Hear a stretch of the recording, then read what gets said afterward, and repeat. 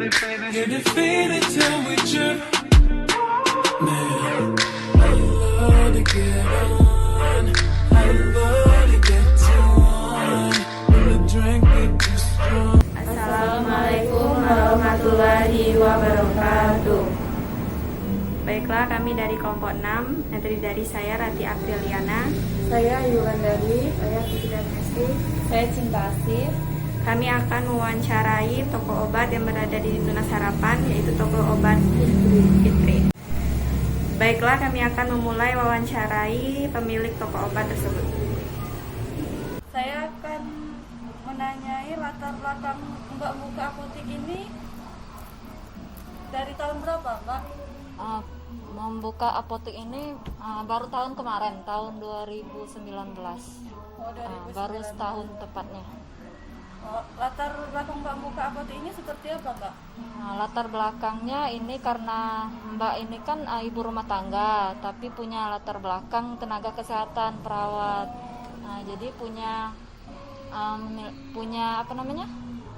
Tahulah tentang obat-obat. Jadi untuk membantu masyarakat untuk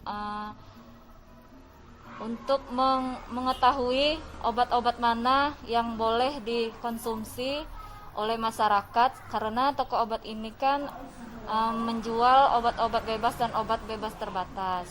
Jadi agar masyarakat sendiri tidak sembarangan membeli obat dengan dosis dan dengan fungsi yang salah. Oh, ya, Gitu. Mbak. Terus penghasilan Mbak membuka apotek ini per hari atau per bulannya berapa, Mbak? Kira-kira kalau dalam satu bulan sekitar 3 juta rupiah, itu sudah bersih. Kalau per harinya, Mbak? Kalau per hari sekitar 500.000, Oh, 500.000. sekitar 500 sampai 700.000.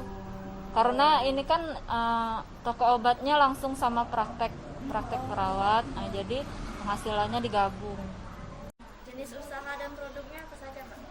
Karena di sini jenis usahanya toko obat Fitri, jelas saja produknya obat-obat bebas dan obat bebas terbatas. Karena toko obat ini berbeda dengan apotek. Kalau apotek itu bisa menjual obat keras, sedangkan toko obat ini hanya memiliki penanggung jawab asisten apoteker. Jadi hanya boleh menjual obat bebas dan obat bebas terbatas saja. Oh ya, jadi Mbak, pertanyaan selanjutnya, gimana pemasaran produknya, Mbak? Pemasaran produknya jelas saja memiliki memperkenalkan toko obat sendiri dengan memiliki merek toko obat yang diletakkan di depan dan tempat, lalu obat-obatan yang sering dibutuhkan oleh masyarakat seperti obat pilek, obat-obat batuk, pilek, demam yang standar yang bisa kita berikan pada masyarakat.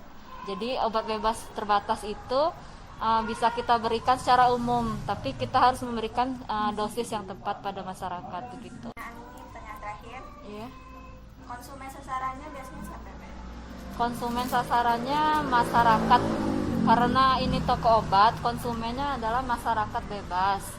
Tetapi setiap pembelian obat oleh masyarakat itu tersebut, Mbak sebagai yang penjual harus menjelaskan secara tepat dosis, pemberian obat, umurnya dan tepat pada sasarannya, karena ada beberapa obat yang tidak boleh dikonsumsi oleh anak-anak ataupun anak sekolah atau remaja yang akan diperiksa oleh BPOM itu sendiri.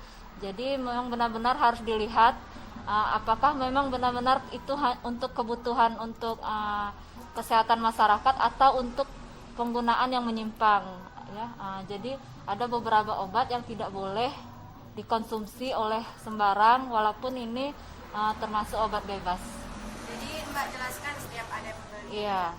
Jadi ditanya. Kalau misalnya ada anak-anak yang membeli obat yang tidak seharusnya, itu saya tanya kalau memang masuk akal atau memang mereka membelikannya untuk orang tua, Mbak kasih. Tapi kalau tidak, ya artinya digunakan untuk hal menyimpan dan tidak diberikan.